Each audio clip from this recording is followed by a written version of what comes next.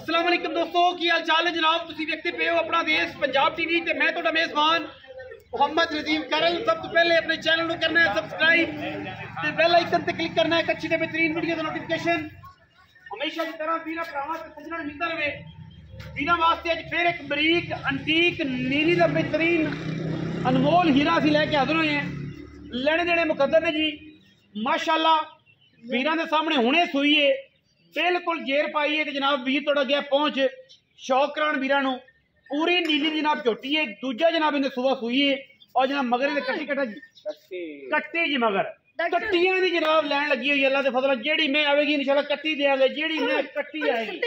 बाकी लेने देने मुकद्दर ने जी अल्लाह दे खास फजल करन नाल।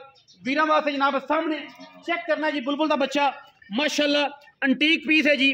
रुग रुग दा खूबसूरत थन, छमका वर्गी डोर वर्गी पूछल, मैं हड्डियां टाका चेक कर लेनिया ने। बड़ी बरीक मैं जी हुणे सूई है, जेर लमकदी पई है। वीरा थणा दी गारंटी, पिछे दी गारंटी, दुध पुत्तर नसीब दा। मैं पूरी वलैती 16-17 किलो दुध करेगी। पूरी बरीक है, अद्धी कक्की अद्धी काली, सिर मैंने कट्ठा में अख बिल्ली मन मन दी। बाकी लड़े देने मुकद्दर ने जी। चेक करो जी मैं दी असीलता माशाअल्लाह जी। रिकॉर्डेड मैं जी, रिकॉर्ड याफ्ता मैं जी।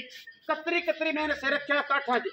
सारी उम्र मैं सिर बट जाए, सारी उम्र मैं सिर बड़ा कर जाए। दौड़ मैं भी चेक करनी है, गज लम्मी पिछे कट्टी हुणे सूई है।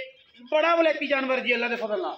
लेने देने मुकद्दर इंशाल्लाह। और तोहफा है जी तोहफा, जेड़े तोहफे लोग मंगते ने नीली दे वो तोहफा है जी।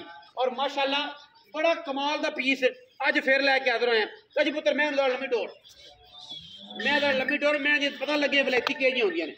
वलैतियां जी होंदियां ने, जी वलैती जेड़े वीर वेंदे ना वलैती लभदे ने उन्हां वास्ते माशाअल्लाह पूरा अंटीक पीस है जी। खानदानी जानवर है और माशाअल्लाह पूरियां नस्लां जातां वाला। क्या बात है जी। अख जी अणबेड़ी वाली है जी, वो काली है, ओली चिट्टी है। पूरे 8-10 के बेचदा माल। 2 नंबर ही नहीं करने के, चिट्टी विखाई देनी, खब्बी विखानी नहीं। खब्बी विखा के सज्जी मारनी, सज्जी विखा खब्बी नहीं। 2 नंबर ही नहीं, विके ना विके। कम अं सुच्चा करना है ते सुच्चे नूं लेट, सुच्चे काम नूं लेट होंदी है, देर होंदी है।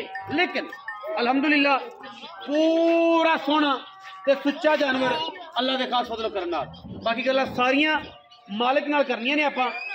वीर जनाब साद काले खां सियाल सस्ते रेटां वाला व्यापारी कमाल दा। और माशाअल्लाह वीरां दे सामने जी बहुत आला क्वालिटी जन मगरब होगी जी। हफ्ते की तिहाड़ है और इंशाल्लाह वीरा वास्ते चढ़दा रमजान ते सस्ते पैकेज अज देने ने इंशाल्लाह वीरां नूं। हफ्ते की शाम अजाना हो रही है जनाब अल्लाह के फजल नाल। और इंशाल्लाह सोहना ते सुच्चा जानवर अज। आहा क्या बात है। चेक करो जी कैमरामैन साहब, चेक करो जी माशाअल्लाह। अगो पिछो बह के आवाने ने।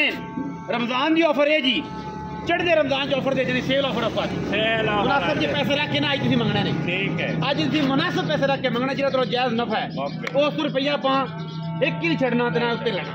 बाकी यस नो बस आज जो पैसे मंगने जी एक बार अगे गड़ाप दे, एक बार मैं मंगे इंशाल्लाह। यस नो अजान हो रही, अजान सुनो ठीक है जी।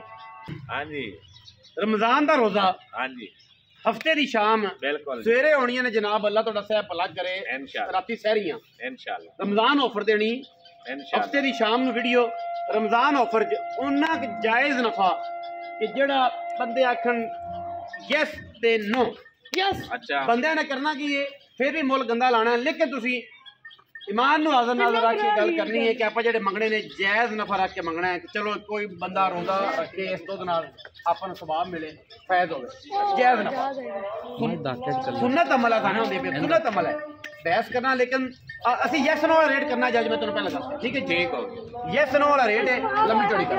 करल साहब गल है भी मां रमजान का पैकेज लवाया है, मैं ना मुल मैं करना 7 लाख रुपया। कितना 7 लाख 100 एक जरा रुपया है ना 100 वाला हाँ जी।